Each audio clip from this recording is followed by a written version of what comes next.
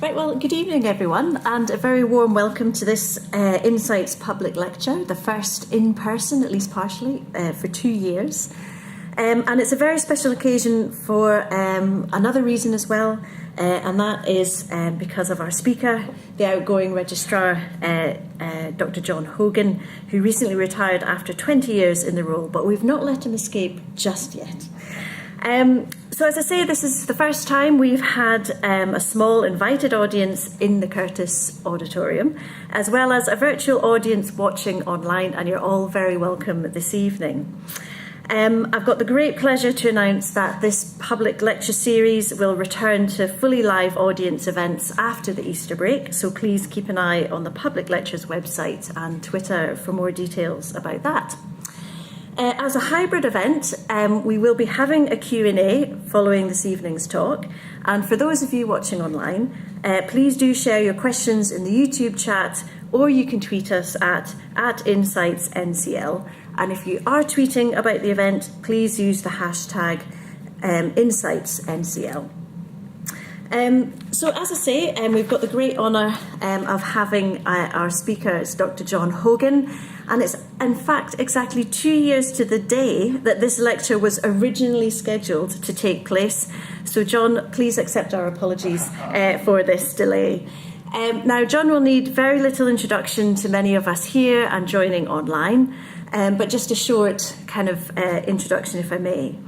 So John has spent his entire 35-year career in higher education, starting as an administrative assistant in the International Office at the University of Warwick in May 1986. He was first promoted to Assistant Registrar and then Senior Assistant Registrar, completing a Fulbright Scholarship on secondment to the University of Wisconsin-Madison along the way. But then in 1993, he joined the University of Durham as Academic Registrar, where he was responsible for successfully establishing and managing Durham's transition to a centralised academic office. And then as Registrar and Secretary at Durham, John was responsible for reorganising Durham's central administrative support function and played a leading role in preparing the university's strategy. But in 2002, he found his spiritual home here at Newcastle University, where as Registrar, he has been responsible for the governance of the university, acting as Secretary to the university's governing bodies of Court, Senate, Council and Convocation. He has served under 3 Chancellors and 3 Vice-Chancellors, and has acted as Registrar at more than 160 graduation ceremonies. So in tonight's lecture, Who Runs Your University? John will explore the question of who is in charge and the key changes over time, as well as some of the contested issues in university governance, including the role of government, students as funders, the community of scholars, and the role of the governing body. So if we can please welcome Dr. John Hogan. Thank you, John.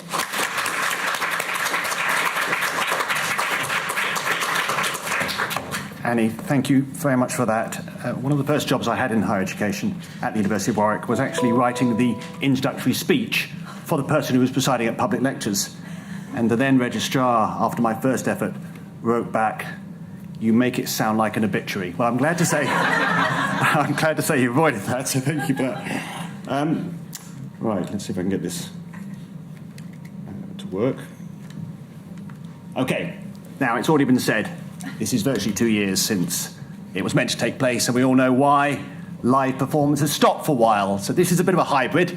I'm live, I think. And the great thing about live performance is nobody knows what's going to be said next precisely, and certainly I don't, because I like to have some notes, but I don't like to script things in advance. What I do want to talk about is university governance, and I will use Newcastle as an example, but I believe that most of the things I will say will be applicable to the university sector in England generally.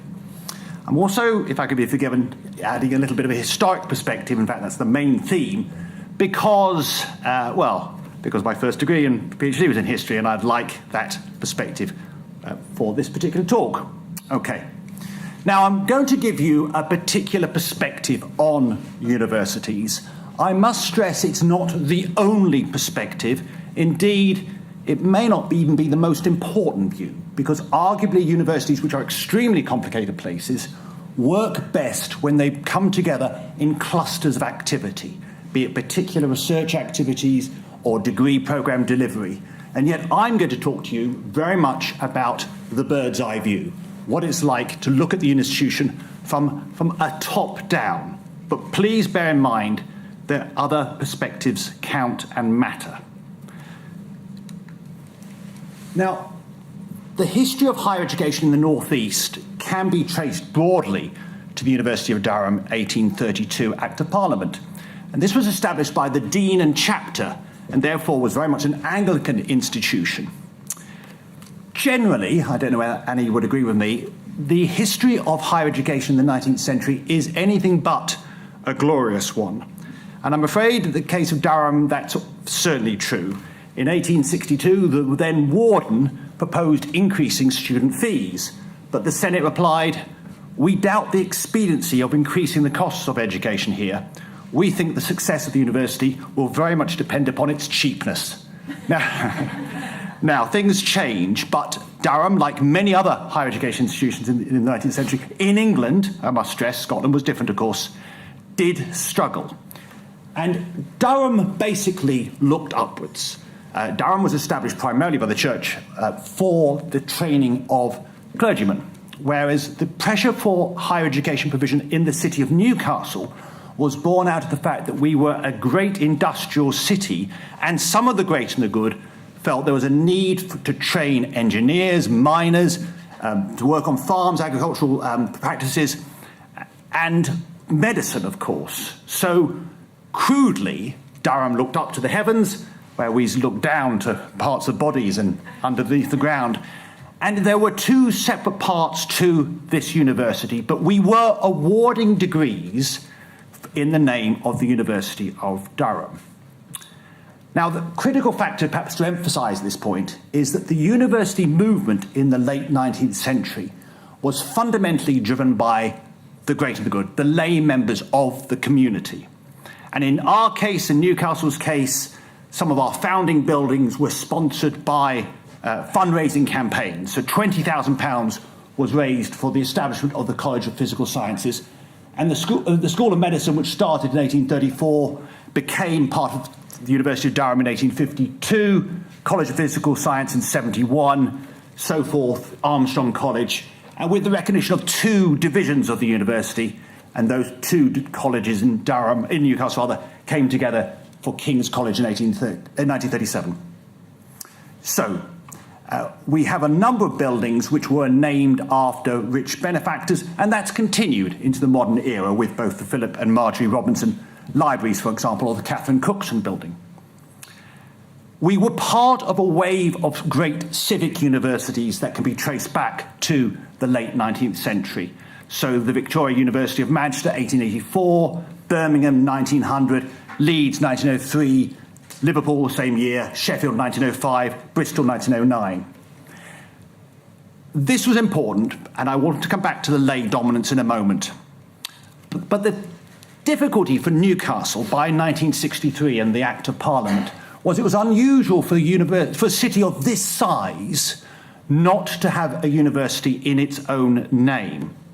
And the 1963 Act of Parliament effectively created two universities from that point. When I was working for Durham, I didn't fully understand this, but when I came to Newcastle, I did understand it. So the strange thing about Newcastle in 1963 is that we had 4,400 students, Durham 1,900, and yet Newcastle was not recognised either in the name or in the degree title. And the Act of Parliament in 1963 gave us our statutes in outlined form, and that remains the university's constitution, which can be revised, but it's been pretty much a backbone for as long as we've existed as an independent institution. Now, I should pause at this point just to talk about the legal position of most universities in this country. Legally, we are independent education charities with the Office for Students as our regulator, not the Charity Commission. We are part government funded, and this self-governing institutional autonomy is something we prize really highly. So 1963, we were on our own. There were some parting gifts, of course. The two Vice-Chancellors, Charles Boson-Crett on the left, Sir Dermot Christopherson for Durham on the right. They gave us 2 candlesticks and a porringer. I'm not quite sure what a porringer is. And we gave them a silver bowl, and there they are. I can't tell you how useful they've been over the years. Because frankly, they haven't been. But all universities need their bling. And this is some of ours. By the way, if you do see these appearing on Antique Roadshow in the future, remember you saw them here first. So on to the first meeting of council as an independent university. And this is, if I can get this to work, it's failing me. In the chair is the 10th Duke of Northumberland and Ernest Bettinson, the registrar, sitting to, as you look at the picture, on his left, but on his right as you look at it. You'll notice no mobile phones, but you can see an ashtray in the front. And the first meeting of Senate, very few women present. There's one about to serve the tea, and there's 2 on the far right. I'm really not quite sure what they're doing. They look like they're about to keep score, don't they? With a blackboard. But we've abandoned keeping score at Senate, I think, over the years. So, the 1963 Act, with some modifications, has given us our Constitution. Perhaps the biggest change since 63 was court, arguably, not council at that point, was formally the governing body. And arguably, council was merely the executive branch of court. Now, that's changed here and everywhere else. And in our case, we still maintain court. It still has a valuable role for us as a meeting of some of the great and good, but it's become largely advisory and very much connected to our engagement agenda. And it's council that's now clearly recognised as the governing body. Council in 1963 had 26 members, 9 of whom were drawn from the Senate, 12 from the court. There were no students who were members. We'll come back to student representation as we go through this. We were typical of those universities that had been established before 1992. And 1992 was the year in which the polytechnic sector was redesignated as universities, and that date will come up again.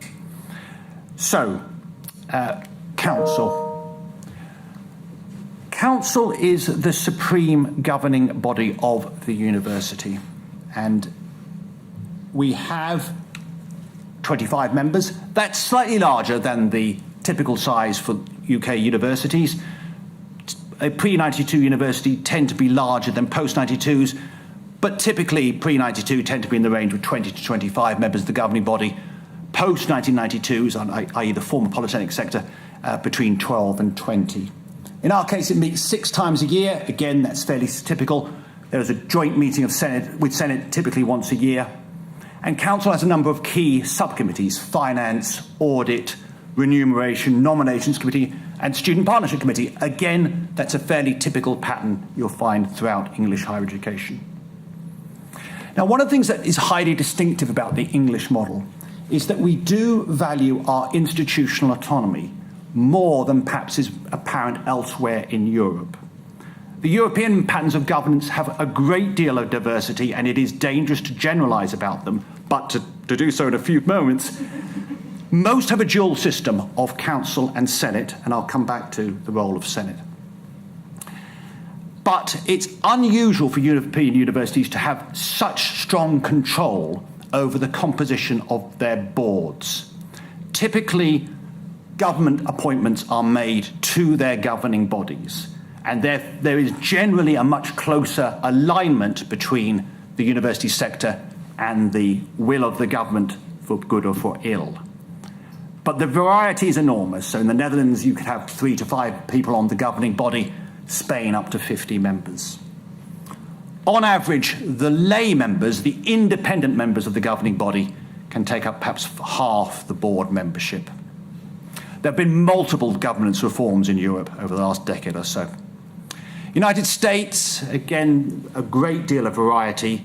A board of 60 would not be unusual in a major private university, which seems extraordinarily high, with very large alumni representation. Public universities tend to be more akin to what we would see in this country, but the difference is that they will be appointed by the state governor or the legislature, or in a small number of cases, directly elected by the state's citizens. So these are very different models. Australia, probably fair to say, has followed a pattern similar to the UK. Okay. Let's concentrate a little bit more on council membership, because this is the governing body. So the short answer to the exam question tonight is council.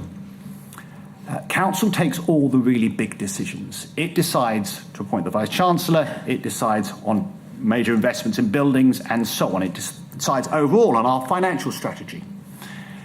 And the key point of principle here I need to get across is that a majority, 16 out of the 25, are independent members. They're lay members, so they're neither students nor staff here. And they are entirely voluntary. They come from a wide variety of backgrounds, and we benefit enormously in terms of our scrutiny independence from this lay input. And it's surely a good principle of governance that the interests of the institution take precedent over those of any one stakeholder, be they internal or external. Of our 25 members currently, 13 are women, and amongst the 16 lay members, 9 are women. Of the 16, 10 have backgrounds in business and industry, but this covers a very wide range of expertise, from accounting to broadcasting. 5 have accountancy qualifications, 2 are lawyers, 3 have great experience in the public sector, 1 has a health service stroke academic background, and there are 4 graduates from this university. Now, the time commitment we ask for the lay members varies considerably, of course, but perhaps as a rough estimate between 8 and 20 days a year. So this is not a trivial undertaking for anyone. And it's therefore perhaps not surprising that the primary pool of governing body members, both here and elsewhere, comes from those who have retired from their full-time roles, possibly juggling a portfolio of non-executive positions. There are close to 3,000 lay governors in England, and 57% of them, at least in 2019, were 56 years old or older. Not that there's anything wrong with being 56 or older. Women make up about 42% of governing body members.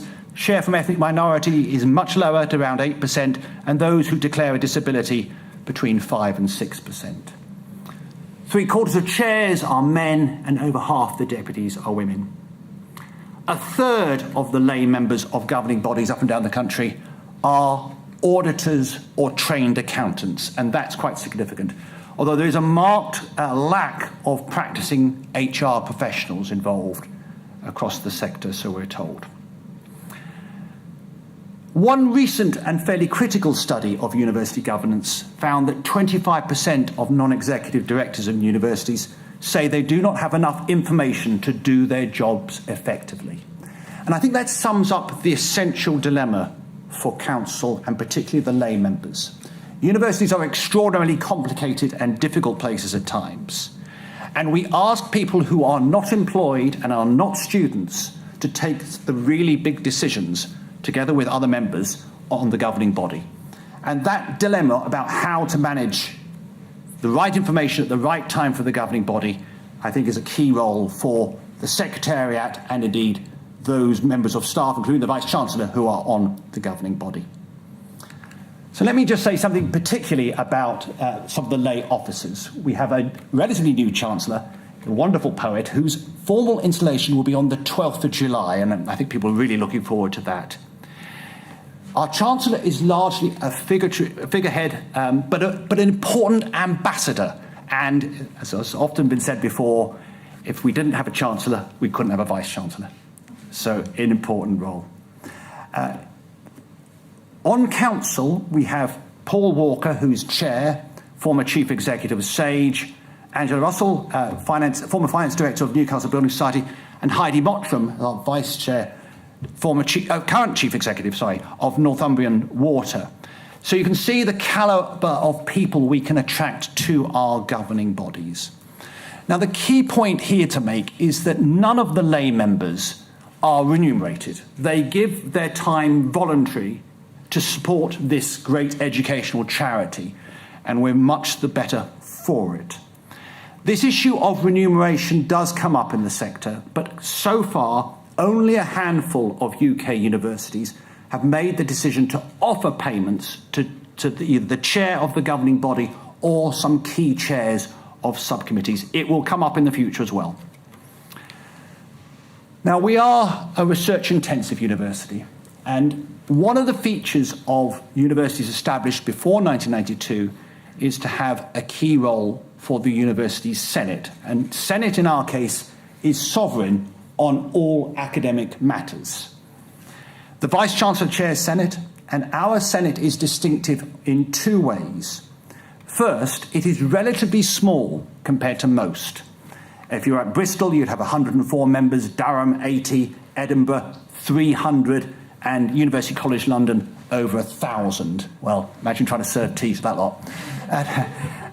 UCL still have the rather older model of all professors of the institution automatically being on their academic governing body.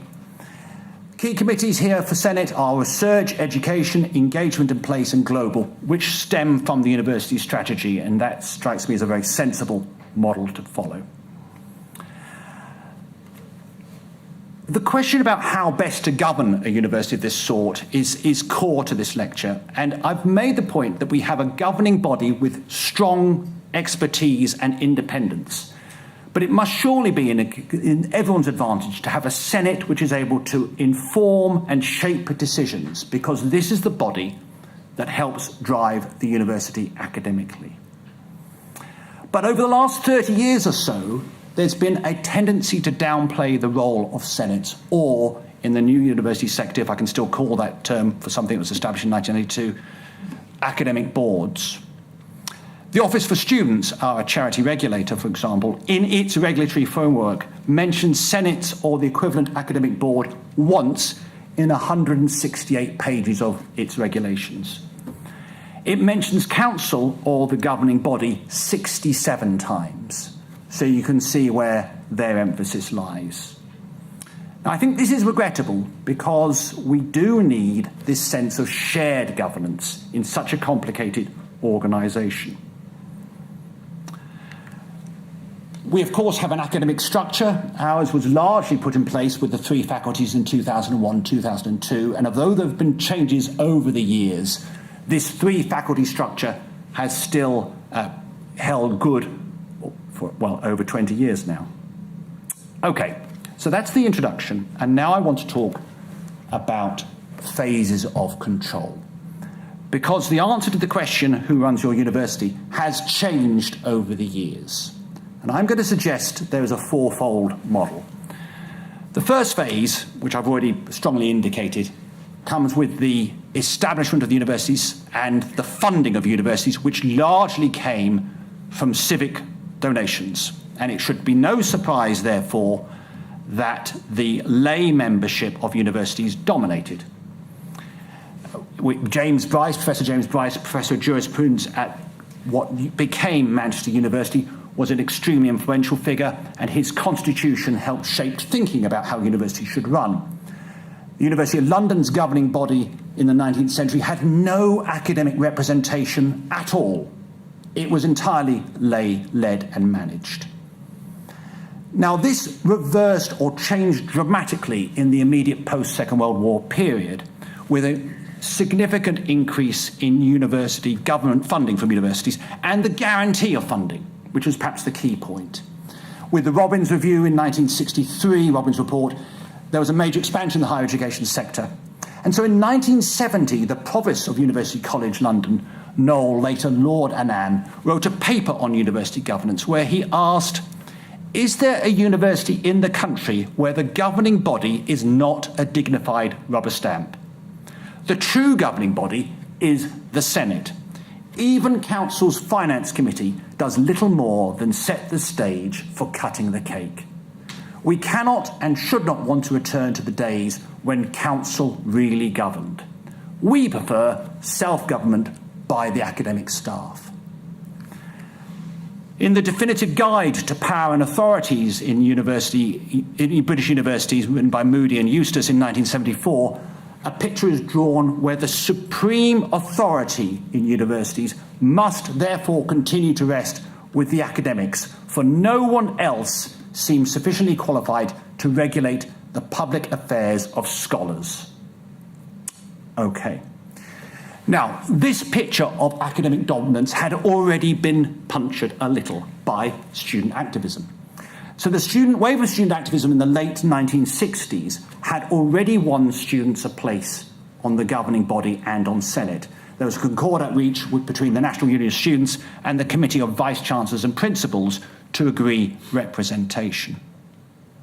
More significantly, at least as far as the scale of academic dominance was concerned, were the challenges starting in the 1970s with the 1973 oil crisis and the government's abandonment of quinquennial funding. In other words, the guarantee for the medium term disappeared. This was an era of hyperinflation, which sounds ominously worrying. Conservative governments from 1979 and a period of austerity were kicked in with the notorious 1981 funding cuts.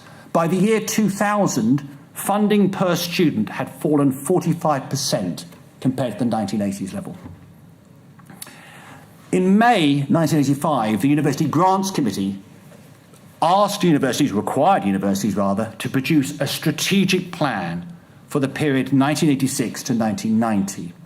Now, this caused quite a lot of consternation because it was against a background of significant cuts.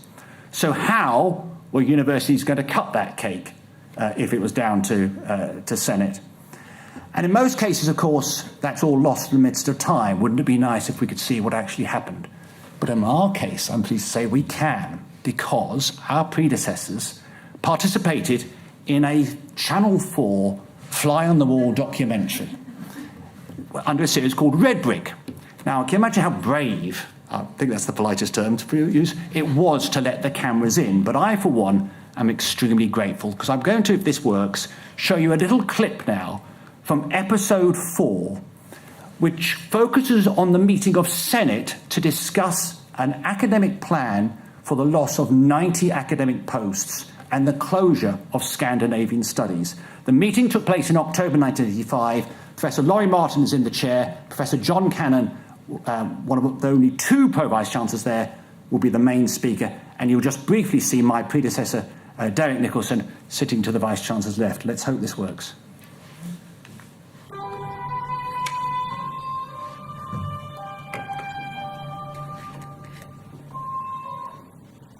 One of the 2 main items of business of the day, which is the report of Senate Development Committee. Now, this obviously is a very major item, and probably interesting that it was in the university has been demonstrated to us this afternoon. I agree with Victoria Alberti. I think that perhaps the criticism of the document is that they haven't been sufficiently draconian and sufficiently harsh.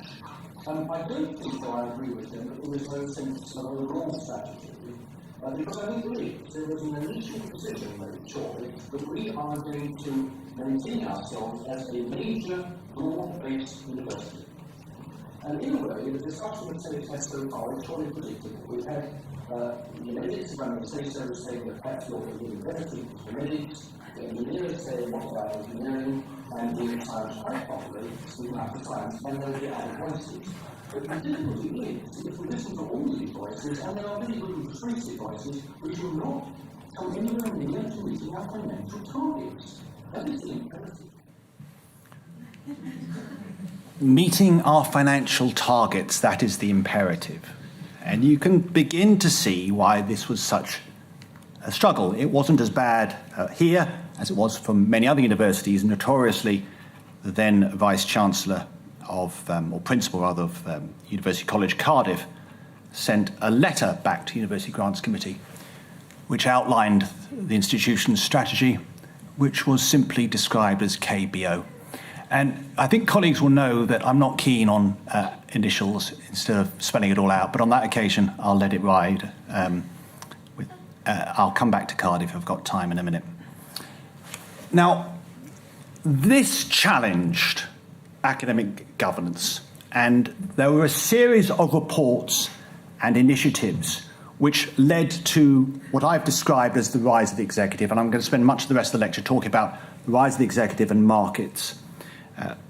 Sir Alex Jarrett was chair and chief executive, you couldn't have that anymore, could you, of Reed International and also Chancellor of Birmingham University. Now, his report recommended that governing bodies should assert themselves. Senates and councils should form joint committees to oversee policy and resources and other key strategic activities. The Vice-Chancellor should be recognised as the chief executive. This was compounded by a series of government-inspired policy initiatives for the sector. We had the research assessment exercise in 1985, teaching quality assessments in 1992.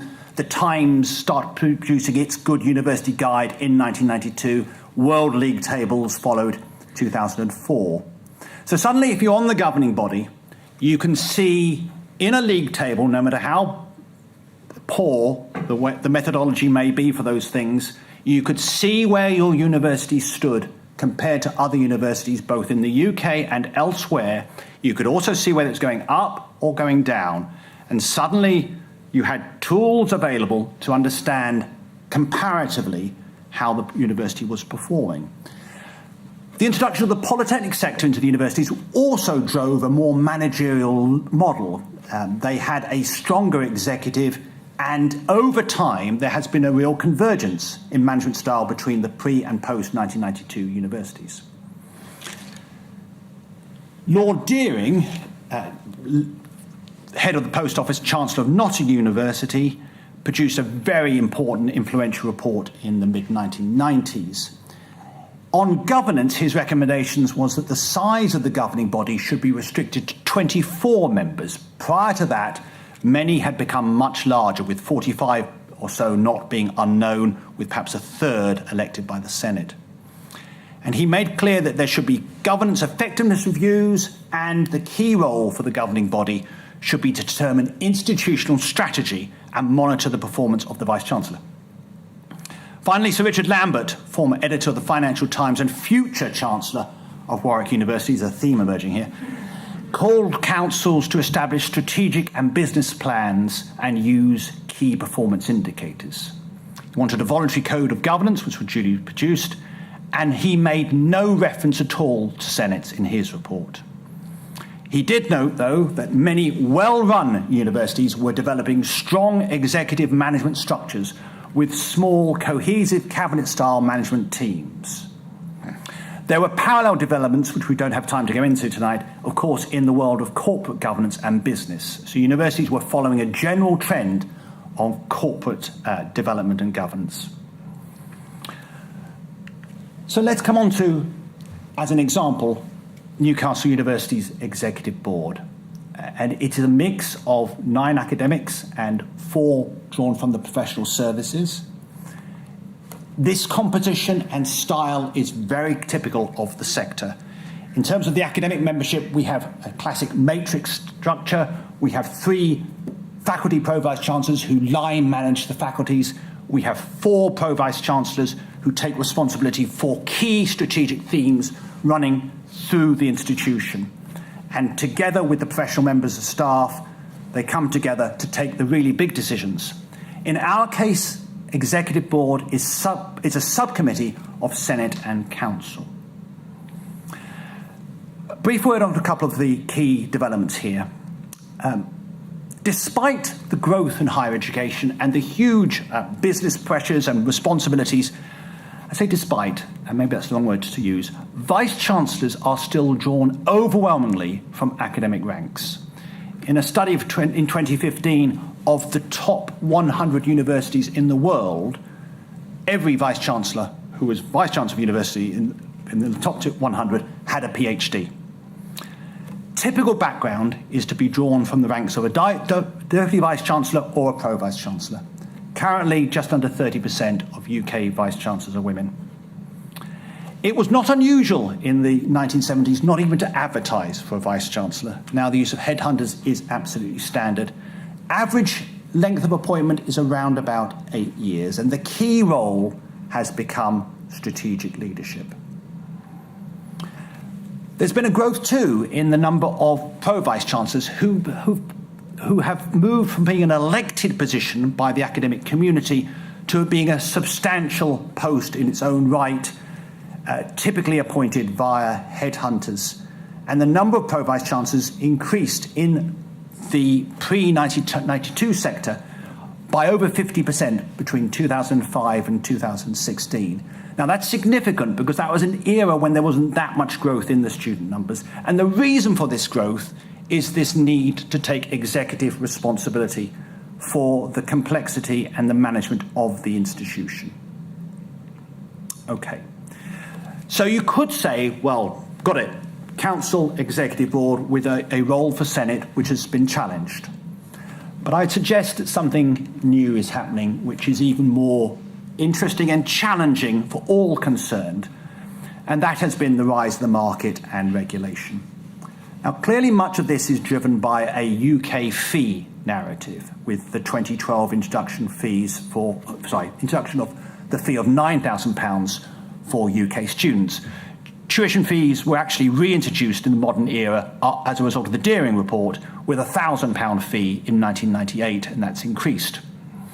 It's important to remember that our international students have been paying the market rate for their education since 1980. But this move here in 2012, and particularly the removal of student number controls, really has produced an open market on higher education. Now, this matters because we are a research-intensive university. We get well over £100 million a year from various funding bodies for research activities, but well over half the university's income, this university's income, comes from student fees. So we're now in a position where nobody's guaranteed to give us any research funding. We have to earn it all. And nobody's guaranteed to provide us any students. We have to recruit them all. And that produces a lot of stress and strain on the executive, and I think probably permeates all the way down. And it does mean that inevitably institutions have spent a vast amount extra on marketing. It's unavoidable. It's a requirement of this uncertainty of the market. Now, it's not just in the UK that we see this, although perhaps it's gone further in the UK than most other systems. But it's interesting that Australia, that is almost like a mirror image of the UK at times, and it's perhaps safer to give the Australian example. And it was reported in the Times Higher in December 2019 that Monash University in Australia sent free bamboo cutlery to prospective students with the hashtag Monash gives a fork. Now, I don't know, I'm not sure I would approve of that as a marketing strategy, but you can see the pressure. And the government's compounded this because this has been the invisible part of the equation about who runs your universities. I've talked about institutional autonomy and arm's length relationship with the government, but the government's compounded this because traditionally we had what was known as a buffer body. It was the traditional assumption that the university ministers would not interfere directly with higher education institutions, and indeed that was confirmed in the recent Higher Education Research Act of 2017. And there's been a buffer body. But the buffer body was replaced with the Office for Students, which was not a funder, it is a market regulator. So when it recruited to its own board, it wanted people who were experienced in promoting choice for consumers or other service users and encouraging competition in industry or another sector of society. There are a remarkable 420 providers in England, so it's perhaps not surprising that we're known to the Office for Students by our number and not necessarily our name. And it compensates for the lack of funding by producing extensive regulations. So in January 2022, it published 3 consultations on the regulatory approach to student outcomes and teaching excellence. These amount to a daunting 431 pages. And that is the price you pay for being in a market. Now, I'm going to skip through some of this now fairly quickly. I've talked about governance, there have been a whole range of governance failures. That we shouldn't be surprised at these, and some of them you could challenge a little bit. Is it fair to put various universities there? Well, yes, I'd be prepared to defend my choices there. But it's a subjective list. I certainly don't claim it to be a comprehensive one. Things can go wrong.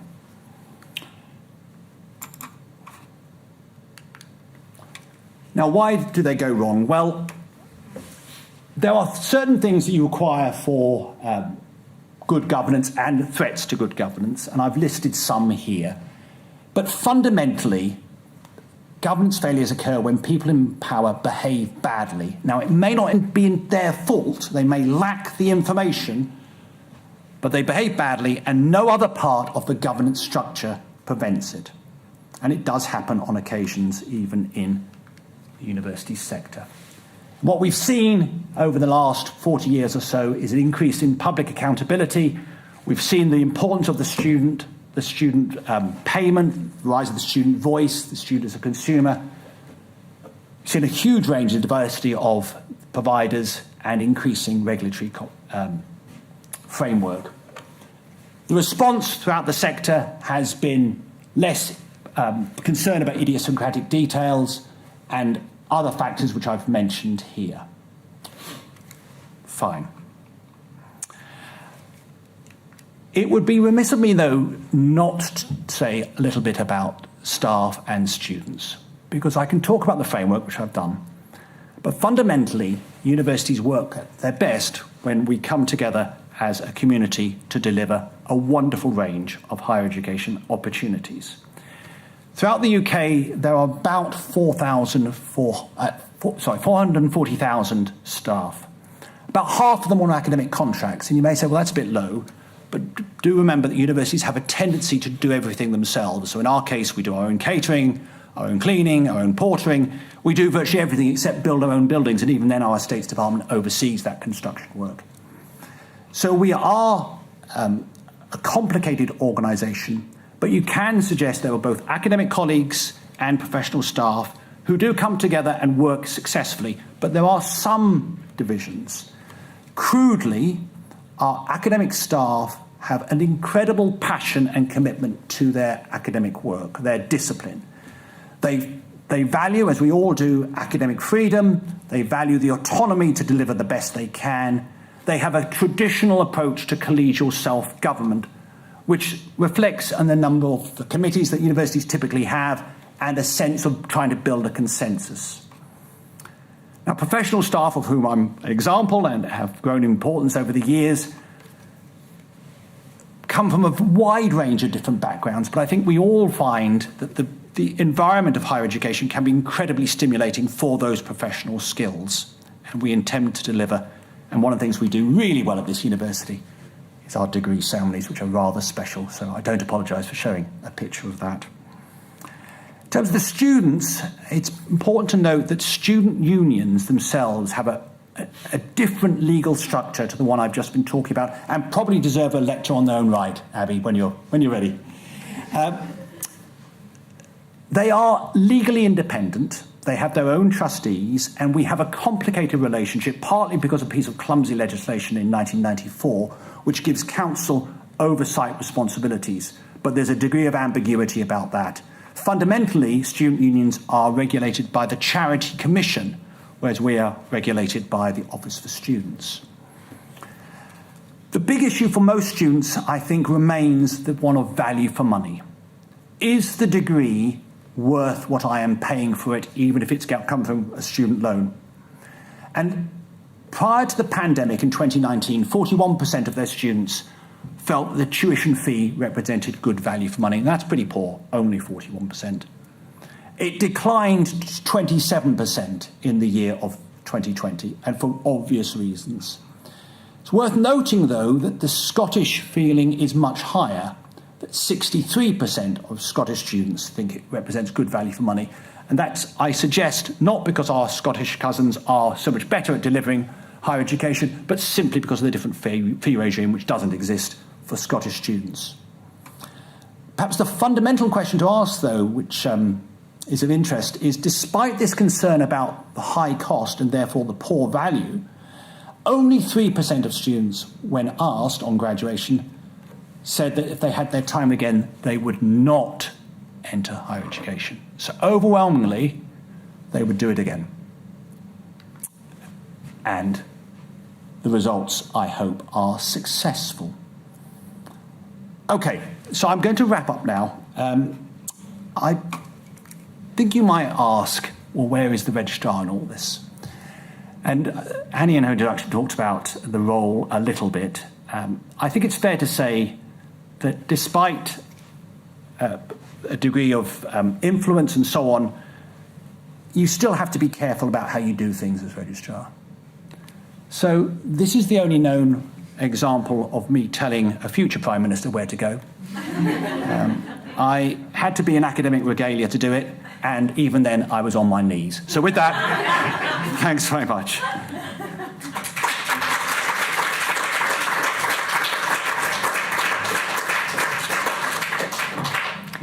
Thank you very much indeed, John, and thanks, I think, on behalf of all of us for that fascinating lecture. So we have some time for questions. For those of us here in the room, if you can raise your hand and wait for the mic to arrive. And for those of you joining virtually, I have my phone here to get questions fed to you, in case you think I'm just reading my emails. I'm being fed questions, I promise. So would anyone like to open questions here? Chris? John, I guess the obvious question, having heard all that, is the way that we run our universities, the governance of it now, any better than it was in 1940? Thank you, Chris. Different, better? Or? So the question is are we running universities better than we did in the past? And I think I'm glad you've asked that, because it's one of the points I wanted to make. I do not believe there was a golden age of higher education governance. I do not accept the view that things were better when, say, the academic community had a dominance of the governance. It was different. It may have been for its time, but there were significant difficulties. And Annie mentioned I joined the Higher Education Secretary in 1986, so I vividly remember this. And sure, some things were very positive and relatively easy, but some things were extraordinarily difficult. You might have noticed the Vice-Chancellor on the clip I played saying one of two major items on the agenda this afternoon. Well, the other one was probably car parking, wasn't it? I mean, I haven't gone back to check, but it probably was. And nobody can match our academic colleagues for the degree of expertise that they bring on their academic work. I mean, I do think I am humbled by the ability of our academic colleagues to produce the most outstandingly detailed, precise, wonderful, life-transforming research and teaching. And that's humbling at times. But it does not necessarily ensure that the university is going to run well. So I do come back to this importance of a mixed governance model, ensuring there's a clear lay voice, the student voice is heard, and professional services as well. So, Chris, I think there's no golden age. In the current era, I do worry, as I've probably indicated, I worry about the market. I think there's no research evidence to suggest this market approach that we've been pursuing fairly consistently now for, last 3 decades or so, in itself produces better higher education performances overall. What it does do is increase significantly the level of anxiety and difficulties. So, short answer is no, I don't think it was better in the past. Thank you very much. If I can have a question from James, who's been watching virtually, and just to pick up on maybe it builds on that question, which is, how did university governance adapt to the challenges of the pandemic, and have any positives come from that? Oh, that's a really interesting question. And so, well, of course, the first thing is that we flipped to Zoom and Teams, like every other institution. And I haven't talked much about the pandemic, of course, but in a nutshell, I've worked in the higher education sector a long time. The 2 years, and we're still not through it yet, as colleagues will know, were undoubtedly the most challenging. Because certainly in 2020, in the early days, it was the first time when I felt there was a genuine threat to the existence of this wonderful institution. And many other institutions must have felt the same. In our case, the use of Teams and Zoom has been fantastic. I think the engagement from our governing bodies, Senate and Council, on those platforms was first rate. We had some excellent participation, not only in meetings, but also in governance briefing sessions. And we actually took advantage of that, particularly during the lockdown periods, to increase the pace of those sorts of things that we could deliver. And the response was first rate. So I think we came through that period better than I expected. Thank you very much. I have another question coming virtually from Peter, if I may, who asks, how are council members appointed? That's an excellent question. So this is one of the core points I should have got across earlier, that we are privileged because our own council effectively appoints its own lay members. Now, there's an immediate risk here that it becomes a self-fulfilling oligarchy. And in our case, it's a little bit more complicated, and I rather like this, in that we have nominations committee, which does all the heavy lifting. We're currently using a search firm to look for 2 new lay members. And our nominations committee has 3 members of council and 3 members of court. So council, in our case, we balance it with court having a voice over the new lay member identification. And I think that's quite clever, and I do like that aspect of our current structure. Mm-hmm.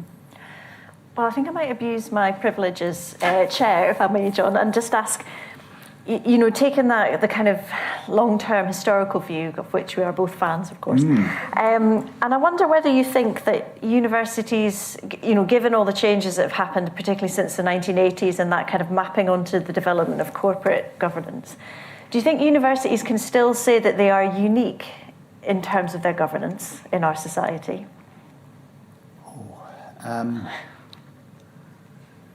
Annie, is that the time? That's a tough one. Sorry. No. I'll come back to something I hope has come across. When we meet in council, in particular, we have Paul Walker, who chairs things superbly. We have the Vice-Chancellor, the Deputy Vice-Chancellor, we have academic colleagues, we have professional members of staff, we have the students. These are individuals who should be able to help inform the nature of the overall discussion. But compared to many other parts of civic society and private sector, and people in the audience will know more about this than I will, we still have a large governing body. It's 25. We are looking to nudge that down, perhaps to 24, so there is a governance review that will go on.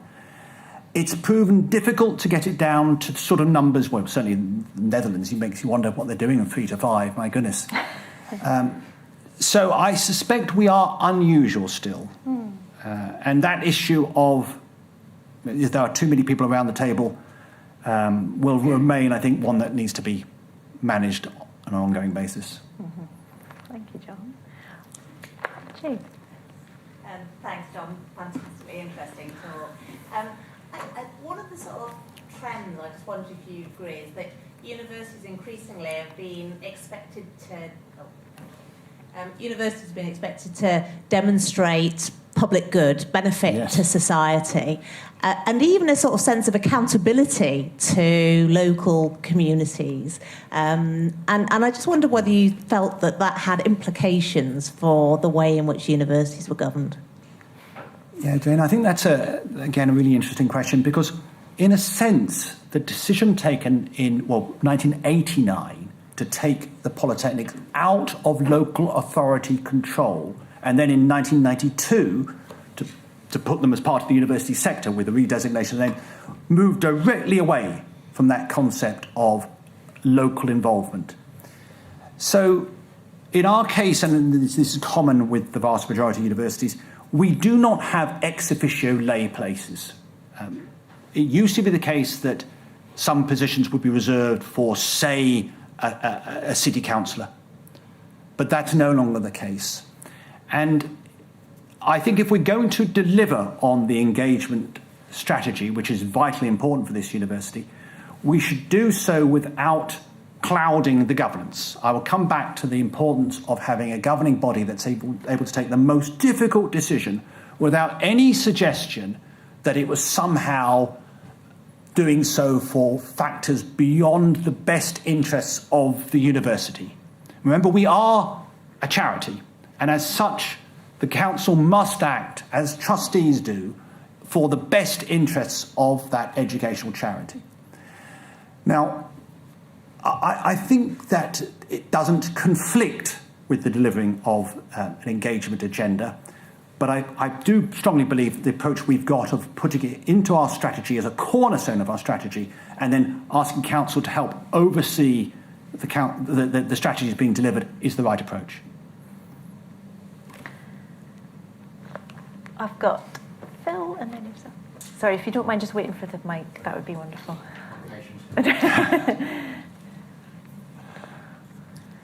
So, you said that your fourth wave was sort of a market-driven governance, and yet at the same time we're a charity, which makes us unusual for a charity to have customers. And we also often don't behave very much like market-driven organisations. So we don't necessarily chase the parts of our business which have got the highest profit margin. We often have major parts of our business, most of our research, which is loss-making. So I know you're a historian, so can I turn you on your head and ask you about the future? Where do you think our governance structures will go in the next 10 or 20 years? And how will they start to resolve some of these slightly weird contradictions that we have in our position? You're absolutely right to point out the contradictions, the tensions, which do need to be managed. I'm not sure they'll be solved. I would say that you can go back to 1963, you can certainly go back to 1985 when that film clip was made, and you could see continuity in management. There's been shift in power from Senate to council. So, particularly the next 10 years or so, I think if we were to come back into the future, we would still recognise the university, the structure of the university. And there aren't many organisations in society that can trace their origins back so far. Even in the modern form, 1963 is not doing badly. And there's every reason to believe that we'll be around in 2063. And if we are around in 2063, which I sincerely hope we are, I would still imagine that we would have a board of trustees, council. I would still imagine that the voice of the academic community and the professional services is held in high esteem and transmitting its views in a clear manner to the governing body. So I would hope that that is still the intention. I think the way the student voice has been delivered has been perhaps the most interesting change over the last in my time here, we have the President of the Students' Union in the room tonight. The professionalism of the student union officers in my time here has been remarkable. I mean, they are both articulate and determined, and their position is awkward because I said that effectively council doesn't have a vested interest. But of course, in the case of the two student representatives, they are there because they were elected to the sabbatical roles which they hold. So their voice is a particularly distinctive part of the governance structure. It may be that voice will become even stronger because we are so dependent now on student choice under the current market regime. Where I regret the dilemmas of the market is I do feel a certain amount of waste goes in with universities competing in a zero-sum game, and more effort could be made to investing in the core education provision. But I realise that will take a while for that somewhat Luddite view to come back into fashion. It may not even be there by 2063. Thanks, John. John, thank you so much for your talk. I've really enjoyed it. I just want to pick up on Jane Robinson's point. The university's done a huge amount in terms of working closely with its communities. And my reflection of council is predominantly members are from the corporate world, or having worked in the corporate world. And I just wonder the importance of those in our communities who work closely with those folk who are face challenges, whether through inequalities, social injustice, and so forth, who really have a fantastic understanding of what those issues and challenges are, and the important role that they may play on council in terms of governance and decision making. And so I just sort of picked up on James' point and just wonder if you had a view on that. I think this is an interesting challenge, and it may come back to the question that was just asked about how universities evolve in the future. So I think very crudely, what we do when we appoint a lay member is we ask what the lay member will do for the university. And therefore, we tend to appoint people who have particular skills, expertise, backgrounds, which are not in huge prominence in the university. Obviously, we have a fantastic financial team, but Angela's role as treasurer brings a degree of independence and oversight. And I mentioned earlier that a third of lay governors in the UK are with a financial background. And you can understand with an organisation with £500 million turnover why that's so important.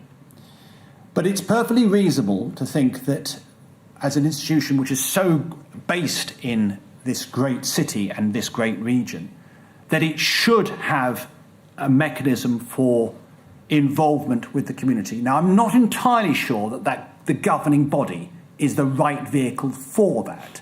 My own preference is to think that that is a core part of our delivery strategy, and the governing body should be holding us to account for that. But it's an entirely legitimate perspective to bring, and it does raise this ongoing issue about diversity amongst the governing body, because, as I said earlier, most are drawn from a certain stage in their career as partly a time thing. And that comes back to, well, if you're going to encourage people who are at an earlier developmental stage in their career and who will potentially have more diversity, arguably, then you might need to compensate them for the time they're giving to the institution. And that will be perhaps a change that we'll see in the sector. So far, it has not really happened. The Charity Commission, which is still influential in higher education, has a view that trustees should normally undertake work for the charity concerned in an unpaid basis. But I perhaps, as you said earlier, Philip, the scale of the institution means we're an unusual charity. I mean, £500 million turnover. We don't make a profit, but we do need a surplus to reinvest every year. So these are big numbers that we play with. Yeah, it's a good question. Thank you. I think there's time for one final question from yourself, sir. Hi, John. So I think the role and the impact of governing bodies is largely invisible to most people in the university communities. What should universities do to amplify that, in your opinion? So, thank you, Simon, for ending this lecture on a down note. Because I agree. I mean, 20 years I've been registrar here, best part of, and we have inductions for new staff every quarter or so, and I do a piece on that about governance. It's a very shortened version of this. And at every one of those, I talk about the importance of the governing body, of Senate, of our Constitution, the 1963 Act, and so on. And yet I know that if we did a walk around the campus and interviewed certainly students and probably staff, they wouldn't immediately register the wonderful role both our Senate and Council perform for us. And is that my failure? I don't know. I said right at the beginning that I was going to give you a bird's eye view on the way the university is run. It is not necessarily the most important view. And it only becomes important, arguably, at times of acute crisis. We saw one with the 1980s cuts. Arguably, we've just been through one. And the amount of attention that was paid to the Vice-Chancellor's communications was remarkable. Sorry, I don't mean that people don't pay attention normally, but you know what I mean. That these sorts of moments are the ones when it really matters. Who is going to take this really big decision? But from a general day-to-day perspective, students will be concerned fundamentally with their degree programme, with the other opportunities available to them, and our research colleagues will be fundamentally interested in pursuing their own research, and to some extent, they think the worst that the governing body can do, or Senate can do, is get in their way. So the least heard, perhaps the better. Now, that's your fault, Simon, for ending on a negative note, but thank you very much.